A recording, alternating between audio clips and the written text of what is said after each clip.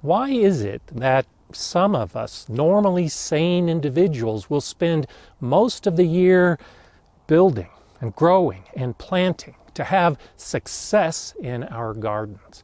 And why is it we're not alone as we have these same characteristics of sitting outside when it's below freezing and dreaming of that success? Join me today as I share with you 10 traits of successful gardeners.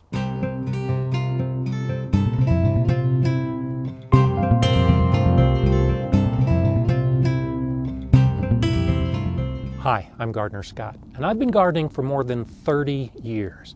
And as I sit out on this very cold winter day, I think back to so many of the gardeners that I've met over the years, from beginner gardeners to very experienced gardeners. And I've noticed that there are certain traits, even with the beginning gardeners, that really help make a garden more successful.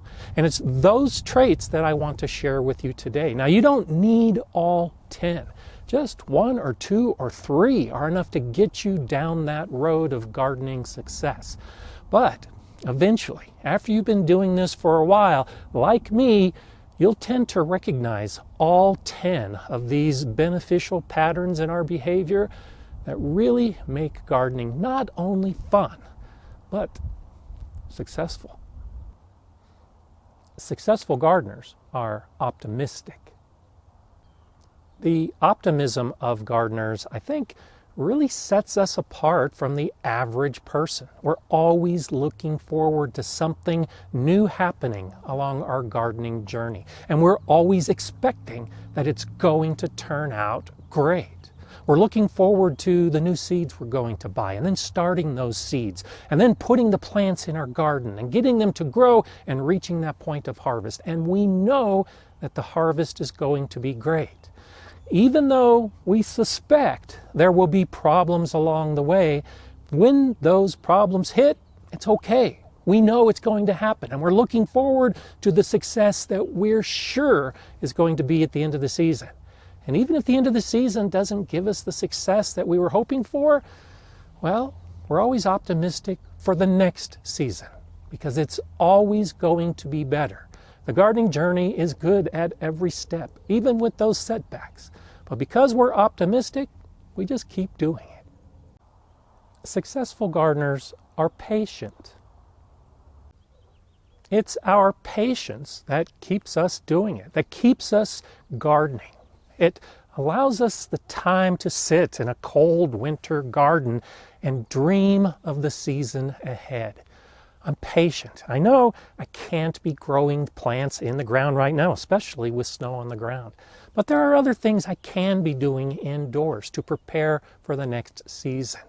I'm patient in understanding that there is a time for everything. Plants take time to grow, and I just have to allow that process to develop. It takes time for the soil to reach the point where it's filled with the nutrients that my plants need. It takes time for me to learn all of the things I need to know to be a better gardener. It's having the patience to just sit back and allow the journey to continue as I take all the appropriate steps and learn all the appropriate things. And all along the gardening journey, with that patience, we will find gardening success. Successful gardeners are committed. It's commitment that keeps us gardening. It's commitment that brings us out every day to take care of our plants, to do the things that we need to do for our soil, for the entire space. Plants are a lot like children. Without regular care, they're going to suffer and eventually die. Well, we don't want that to happen to our plants. So by coming out every day, that's what helps make us successful gardeners, because we're committed to supporting our plants. And it's often left unsaid that our necessary tasks, those chores that happen in the garden that sometimes aren't as fun as we'd like them to be, well, they're necessary. We know that has to be done. And when you give them up, well, then the garden starts to fail. But by staying committed and doing all of the things that you need to do, well, gardening can be very successful. Successful gardeners are observant. As we're coming out on a daily basis to take care of our plants and those necessary chores, we're looking around. We're trying to see what's different, what has changed, what has improved, and of course, what's starting to go wrong. By being observant in every aspect of gardening, it really brings us closer to our plants. When we notice the color of the leaves are changing, and when we notice that the fruit is starting to ripen, you should take that time to stop and look and pay attention and really observe what's happening in your garden. Because by being observant, it's more than just a chore. You now are part of your garden, and your garden is part of you. The observance of everything that's happening in nature, as far as your plants and your garden and your landscape is concerned, really will lead you to that success. Successful gardeners are curious. Curiosity is one of my favorite parts about being a gardener. As I see the garden changing, as I see what's happening to my plants and to all the life around me in my garden, I wonder why. Why are those changes taking place? Why have those insects come in to start eating my garden? Why has the weather impacted my plants so much? Why am I coming out here on a daily basis to try to grow these plants? I'm curious about all of those questions and so many more, because there is so much to the garden and so much to gardening that we will never have all of our questions answered. But by asking the questions in the first place, again, it makes us part of this space. And as we discover the answers, well, we become more successful. Successful gardeners are resourceful. It's resourcefulness that allows so many of us to garden, especially in challenging environments. My native soil is pretty poor, but by using raised beds and bringing in amended soil, I can get started gardening right away. And I can use wooden beds, metal beds, stone beds. It really doesn't matter. I can use what fits my budget and the materials that I have at hand. It's all about being resourceful. If all you have is 5-gallon buckets, well then grow a garden in 5-gallon buckets.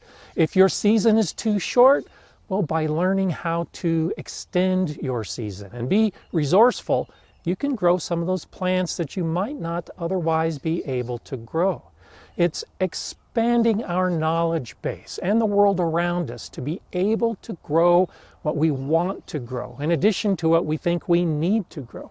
By just learning some of the basic lessons, being resourceful, identifying what's wrong, what we need help with, and then working to improve that deficiency. And of course, having success along the way. Successful gardeners are resilient. Resiliency may be one of the most important traits to being a gardener, because things are going to go wrong. Plants are going to die. And being able to bounce back and stay on the gardening path, well, that's what makes us gardeners. That's what keeps us coming outside and doing it, especially in very challenging areas like mine, where it gets very cold in winter, or others that get very hot in summer. Those offer potential problems that are very difficult to overcome. But when you can overcome those problems, the rewards are fantastic. And it all starts with just bouncing back, just being resilient when things start going wrong. So keep that in mind. It's very rare that a gardener has success at every step. More often, you're going to see failure at most of the steps. So bounce back, be resilient, and you'll be successful. Successful gardeners are adaptive. Adapting as you see changes in your garden, and adapting when you encounter those problems, will really set you on the right path. It will give you that gardening success that you're looking for. If one plant isn't working as well as you'd hope, well, then try another. If a particular style of gardening, like raised bed gardening, doesn't seem to work for you, well, scrap it and try something else. Try a hugelkultur mound or growing in open ground. There are so many different ways of doing things and so many different plants that if one thing isn't working as well as you'd like, well, then try a different thing. That's the idea of adaptation within yourself and your gardening environment. Don't settle on just one way to do it from the beginning. Learn about many different ways. Learn about many different plants. Try those new things and be adaptive with your gardening as you go along the path toward success. Successful gardeners are persistent. It's our persistence with gardening that causes many non-gardeners to question our sanity because it's often seen as stubbornness. We know something isn't working, but we keep doing it. That's the basic definition of insanity. But as far as gardeners are concerned, it's more that we know we have a good idea. We know something is going to work. It just hasn't worked yet. There might be more information we need to learn. There might be something we need to modify a little bit. There might be one little piece of information or the method that will make all the difference in the world. And so we're going to persist. We're going to keep doing it until we get it right. With the plants that we're told we can't grow, but we know we can. It's with the weather that we're told we can't control, but we know we can by just using some of those gardening techniques that we've seen in videos or that we've read about. It's the persistence. It's always doing it, always working, always learning, always striving to have a better garden. It's persistence that I think is a wonderful trait that really sets gardeners apart. Successful gardeners, probably above all, are passionate. It's passion for gardening that really makes a difference between complete success and just a few things that went right. And passion exists on so many different levels. You can be a brand new gardener, but if you have the passion for gardening, even when everything goes wrong, you'll still see the success that you had.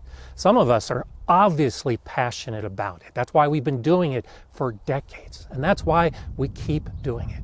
And that's also why we have so many stories to tell about what went wrong, but then, of course, what went right when we used all these other traits, all of the other methods that we've learned from gardening to reach that point where we can talk about our success. The passion for gardening just brings us out to become part of our garden. And definitely, our garden is part of us. It's the passion that really gives me that internal drive that keeps me gardening and keeps me happy with my gardening. This is my 250th video, and I wanted to share these traits with you on this important video because I want to drive you forward, just like I'm moving forward with more gardening and more videos. If you gain from this video and any of the other videos in my library and haven't subscribed yet, I encourage you to do that now and hit the bell notification when you subscribe so you know when the new videos are coming out every week. I'm Gardener Scott. Enjoy gardening.